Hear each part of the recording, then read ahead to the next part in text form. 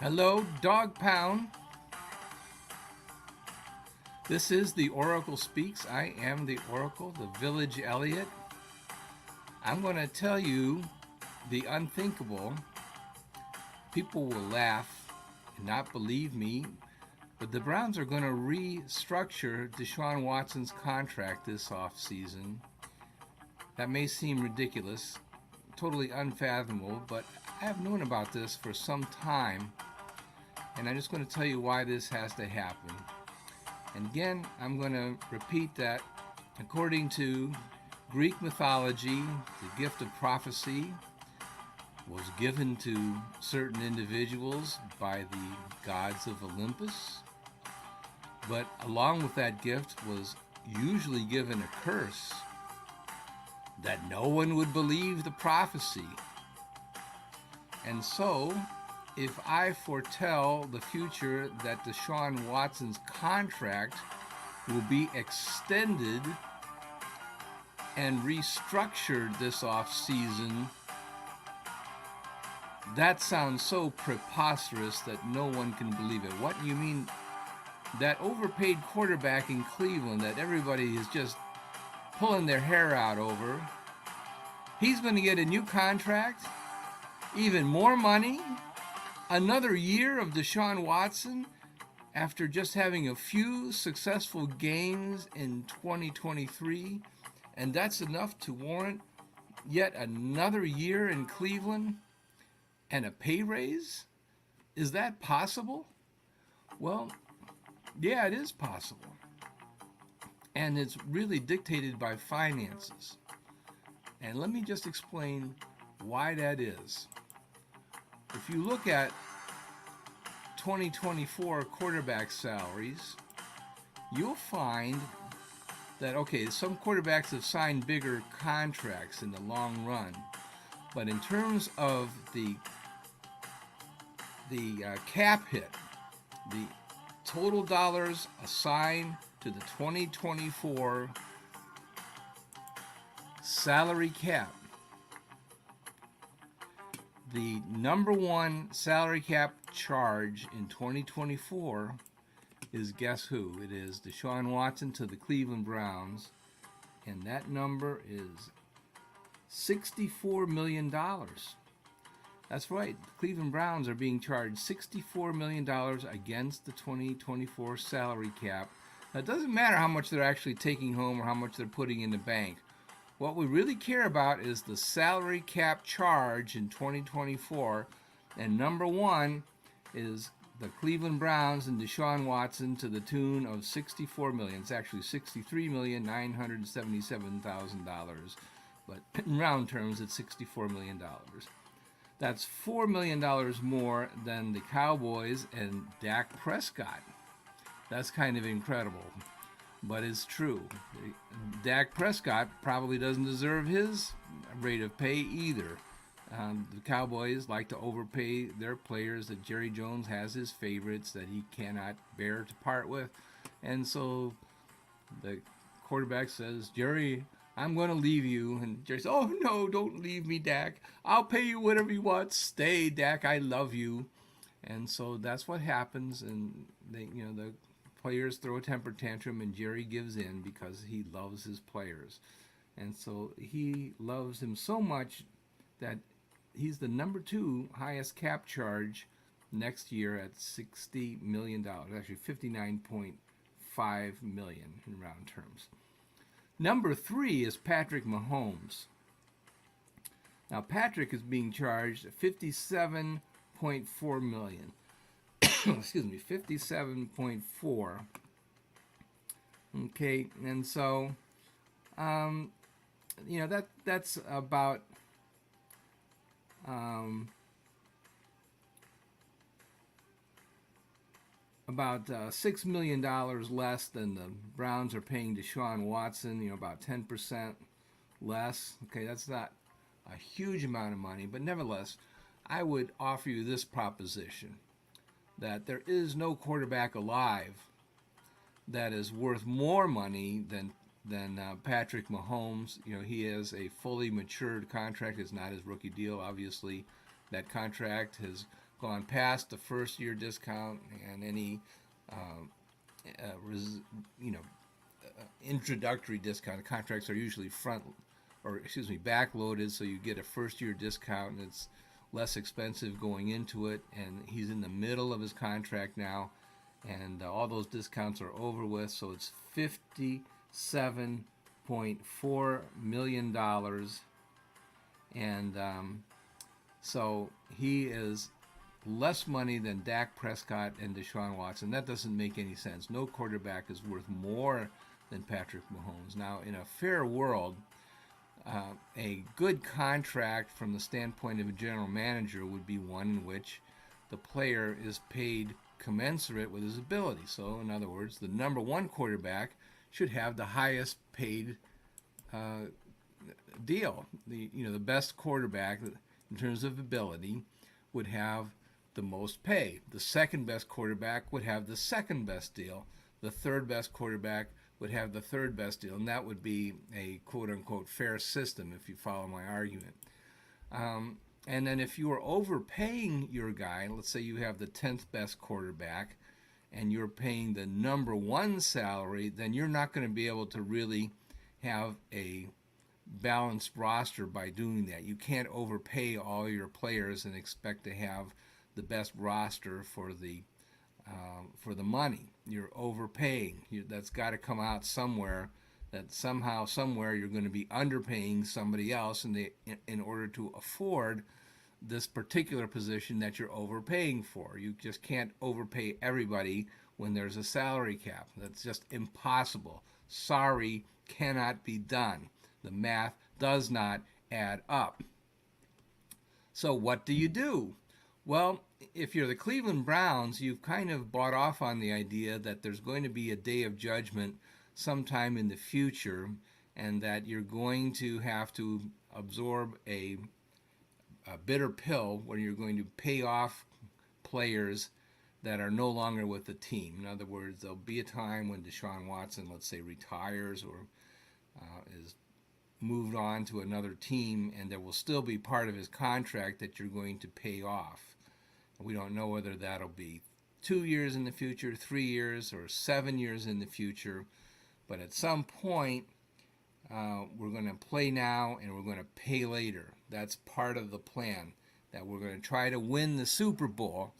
The Haslams have decided that they are gamblers and they want to really take a shot to win the Super Bowl, overspend for as long as they can, try to win the Super Bowl, and understand that they have to pay for that later and that there will be some losing seasons sometime in the future. So I think that's what fans want, is they don't want to just play 500 ball forever. They really want to take a shot to try to win everything at some point. This is the point at which the Cleveland Browns are trying to win it all. And so whether or not they win it or not, I give the Haslams some credit that they are trying to win it all. They can't do it every year, but they're going to do it for as long as they can keep the window open. Does that make sense?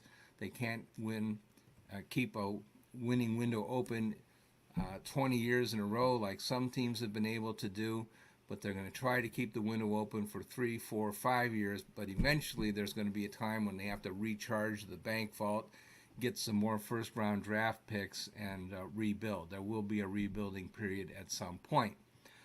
So, in the near term, however, what they've got to do is they've got to reduce the amount of money they're spending on Deshaun Watson in 2024 so that they can go sign some free agents. How do you do that? Well, what they have to do is add a year to Deshaun's contract, and then they have to have bonus money that they can spread out over the length of that contract and give themselves a first-year discount. That's just the way that NFL contracts are designed. The money is paid to the player up front, but you spread the salary cap charge over the length of the contract. Okay, so in other words, let's say they give Deshaun Watson a signing bonus of $60 million. Let's say $50 million. Make it simple. Make the math simple. $50 million and have a 5-year contract. He puts that money in the bank, but the bonus is spread out over 5 years, so they only charge $10 million a year, and maybe that first year they only have to pay $10 million. Okay, you follow? So the first year salary cap charge would only be $10 million if they structured it that way. So I think that's what they're going to do. I think that they will have to add at least one more year to his deal, and they will pay him a big signing bonus, restructure his deal so that the 2024 cap charge is substantially decreased from its current level of $64 million, and try to hammer that down to something reasonable to, let's say, in the 30s, let's say, and they'll have $30 million that they can use to sign other free agents. So I think that there's no way around it. They're going to have to add at least 1, maybe 2 years to Deshaun's contract, try to do it at a reasonable rate, and they're going to have to pay most of that in the form of a signing bonus so that they can give themselves a discount for the first year or two, and they're going to use that money to sign more free agents. All right, I'm going to talk some more about that, but let's take a break right now so that we can make some money. And we have a few minutes for our sponsors. Break time now.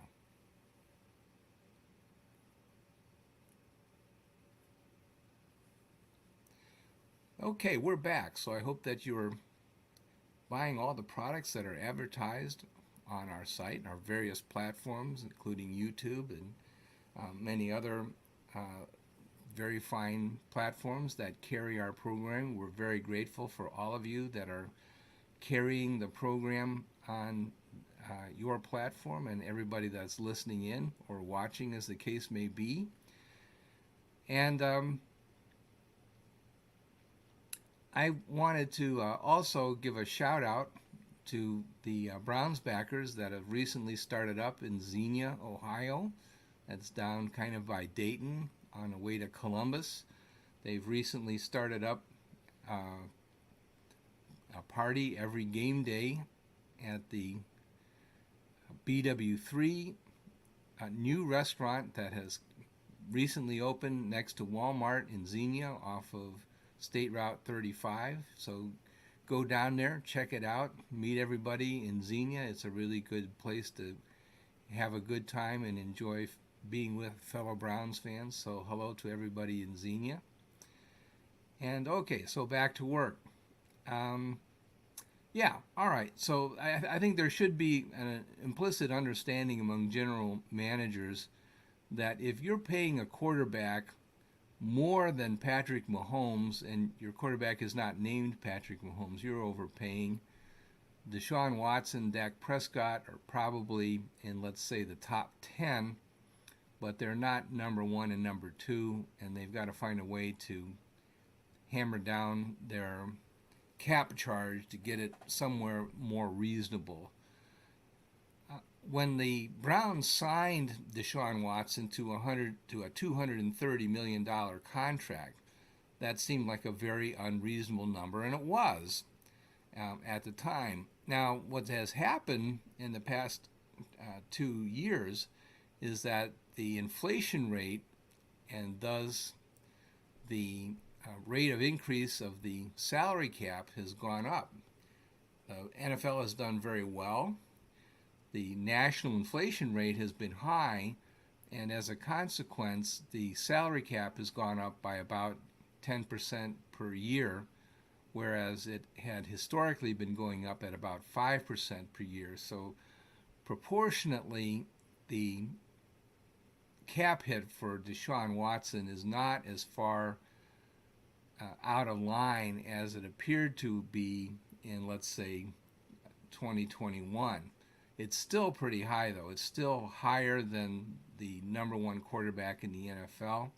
And it still needs to be adjusted downward. It needs to be restructured.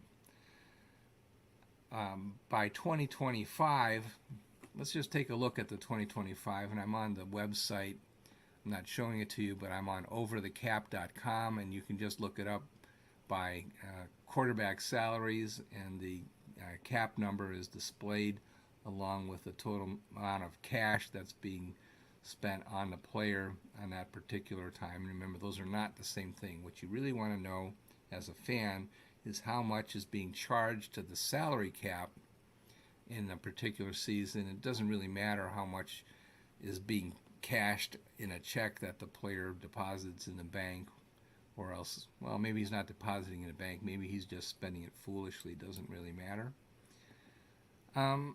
But okay, let's reference this or put it in context. In 2023, this season, how much is Deshaun Watson actually making? Well, in this year, his cap hit is only 19.1 million. 19.1 million. He is the, let's see, 1, 2, 3, 4, 5, 6, 7, 8, 9, 10th highest paid quarterback in football. And I think that's reasonable. He's probably about the 10th best quarterback in football, and he's the 10th highest paid quarterback. So that makes sense. That's very reasonable. Patrick Mahomes is pulling down $37.1 million against the cap. He is the number one cap hit in the NFL, and that's kind of reasonable too. I think we, based on perception, believe that Mahomes is the top quarterback in the NFL. And again, his rookie contract is long gone. He has a mature contract that's paying him on an annual basis, and so that makes sense. Some of the other names that follow Mahomes may not make quite as much sense. Ryan Tannehill is the second highest cap charge in the NFL at $36.6 million. I'm not quite sure how he managed to negotiate that. I do not believe that Ryan Tannehill is the second best quarterback or the second most valuable quarterback in the NFL. These things just sort of happen because of the way that contracts are negotiated, or the threat of free agency, and how much the teams fear losing their leader. I think it's crazy. Sometimes you just have to face the fact that you need to get a new quarterback. It's just kind of nuts. Number 3 is Jared Goff at $31 million. And then number 4 is Dak Prescott. Once again, Dak gets a lot of money. It's not that outrageous at $26.8 million for 2023. And once again, Jerry Jones just has a soft spot for some of his heroes, and he can't say no. Lamar Jackson, by the way, is number 1, 2, 3, 4, 5 at $22.1 million. So you're seeing that the quarterback salaries are escalating very, very fast between 2023 and 2024. And that's just sort of what happens when the salary cap goes up. The quarterback salaries go up faster than the salary cap, just because the front offices don't know what else to spend the money on, and so they dump it on quarterbacks. And you're seeing that the quarterbacks are, their salaries are going up faster than the overall rate for the salary cap. That shouldn't happen, but is happening. And the quarterbacks are getting paid proportionately more than they've ever been paid in history. And some people like to argue with me and say it's not true, but it is true that in history, quarterback salaries have generally been below 13% of the total salary cap. That's percent, okay? It's not an absolute number, percent. It's been like 13% or less. Until Mahomes did it last year, no quarterback of a winning Super Bowl team had ever been paid more than 13.1% of the salary cap. And Mahomes crashed through that barrier last season. He was in the high teens, I believe. And now teams are paying their quarterback more than 20% of the salary cap in terms of the cap charge in this particular year. And it's just going up like crazy. It's just what happens when the rate of salary cap increases, which it's doing now because of the, you can blame it on our politicians and whatnot, but the salary cap rate is taking off, and the quarterback salary increases faster than everybody else's when that happens. If the quarterback, or I should say, if the salary cap stagnates again for some reason, if revenues go flat or something, you'll see that tend to even back out. But right now, there's a tendency to want to overpay quarterbacks just because they don't know what else to do with all the extra money, and it's the easiest place to dump it all. I think it's a mistake. I think that teams will find that there are other ways to spend money. I think I'd rather have two Myles Garretts rather than one so-called franchise quarterback. That's, to me, it's a no-brainer that these defensive players are worth more per dollar than the quarterback. Man, can you imagine having T.J. Watt and Myles Garrett on the same team? You could afford that for the price that you're paying for Ryan Tannehill. Is Ryan Tannehill worth more than Myles Garrett? I don't think so. But he's getting paid like $37 million, and you could have two Pro Bowl defensive ends for one Ryan Tannehill. These numbers are getting nuts, and it just gets even more nuts. So I talked about 2023, we talked about 2024. Let's jump ahead to 2025 and see how nuts it really is. Okay, 2 years in the future, what are we talking about? Well, Deshaun, once again, is the number one quarterback in terms of cap hit at $64 million. Once again, Patrick Mahomes jumps up to number two at $61 million, and Josh Allen at $56.6 million. Russell Wilson, can you remember that the Broncos traded a fortune in order to get him, gave a bunch of draft picks and gave him a big pay raise, and he's due for $55.4 million. I don't know about that. Matt Stafford, I think he's about 70 years old, and he's going to get $50.5 million. Joe Burrow, I think, is worth it. He's getting $46.3 million from the Bengals. His contract finally kicks into big dollars in 2025. Derek Carr, I think he might be retired by 2025, but he'll get paid 45.7. Kyler Murray, same comment, 45.6. These are crazy numbers. Lamar Jackson, I think, is worth it at 43.7. Daniel Jones gets paid almost as much as Lamar Jackson at 41. Oh, but Daniel Jones is so good. He plays for New York, so he must be good. Daniel Jones is worth $41.6 million, and he's worth every penny of it. He's from New York. He's got to be worth it. He's from New York. Gosh, these people are stupid. Gosh, how stupid can you be? It's incredible. It's just unbelievable. Incredible. Just incredible. Some of these numbers just make absolutely no sense. But this is the trend, is that they're paying ridiculous numbers for quarterbacks just because they don't know where else to throw the money. Make me the general manager. I'll find you some defensive players that are worth twice as much as these idiotic quarterbacks. We'll find quarterbacks that can play well enough to manage a ball game, and we'll have the greatest defense ever. We'll be like the Cleveland Browns in 2023. You don't need to have a overpaid quarterback in order to play ball. This is crazy. Anyway, but that's why, despite the high pay that Deshaun Watson is getting, there is so much money tied up in 2024 that they're going to have to restructure him, move some of that money into 2027, 2028, just so that they can reduce the cap impact in 2024 and sign some free agents. Otherwise, their 2024 budget is already overspent, and there's just no way to get out of it unless they free up some money from the quarterback position.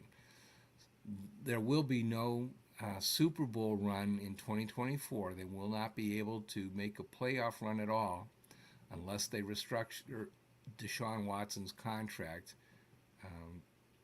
There's no other way to do it. Everybody else has got all the money tied up in long-term contracts, and I think that they're going to have to get some of the money out of the Watson bank in order to field a team. They are already overspent in 2024 just with the players they have on the current roster, and it's mostly guaranteed money that they cannot cut people and get money back because they've guaranteed a lot of money to players like Jack Conklin, for example, that because he's injured they would not be able to trade for any kind of positive return. Um, Jed Wills, I don't think that he's tradable. People won't give you a draft pick for Jed Wills so that you can get money back out of his salary. Players like that are just not tradable. You're not going to be able to get money back out of the cap in order to spend on other players. It's just like that all the way up and down the roster. And we're not trading Myles Garrett unless we get like 4 draft picks for him or something like that. I don't see that that's possible either. So there just are not that many places that the Browns can cut and obtain cap relief other than the quarterback position at $64 million. They're going to have to make a move there and restructure him in order to field a credible team in 2024. So that's why it's going to happen. People will say I'm crazy, but they will extend Deshaun Watson, restructure his contract, clear some cap room, and that's how they'll field a credible team in 2024. All right. Well, that's what I got. We'll see on Sunday how the Browns do against Denver. I think it's a very interesting game, hard to handicap because of various factors, not the least of which is the fact that the Broncos are playing at home. I think the Denver home field advantage is very, very real. But, man, Denver is not good against the run, and that's what the Browns are going to do to them is run, run, run against them. Let's see how it turns out. Talk to you again soon. Well, I probably won't see you until the end of that, or until the game is over. We'll see how the Browns do. God bless. Take care, and we'll see you again soon. Bye-bye.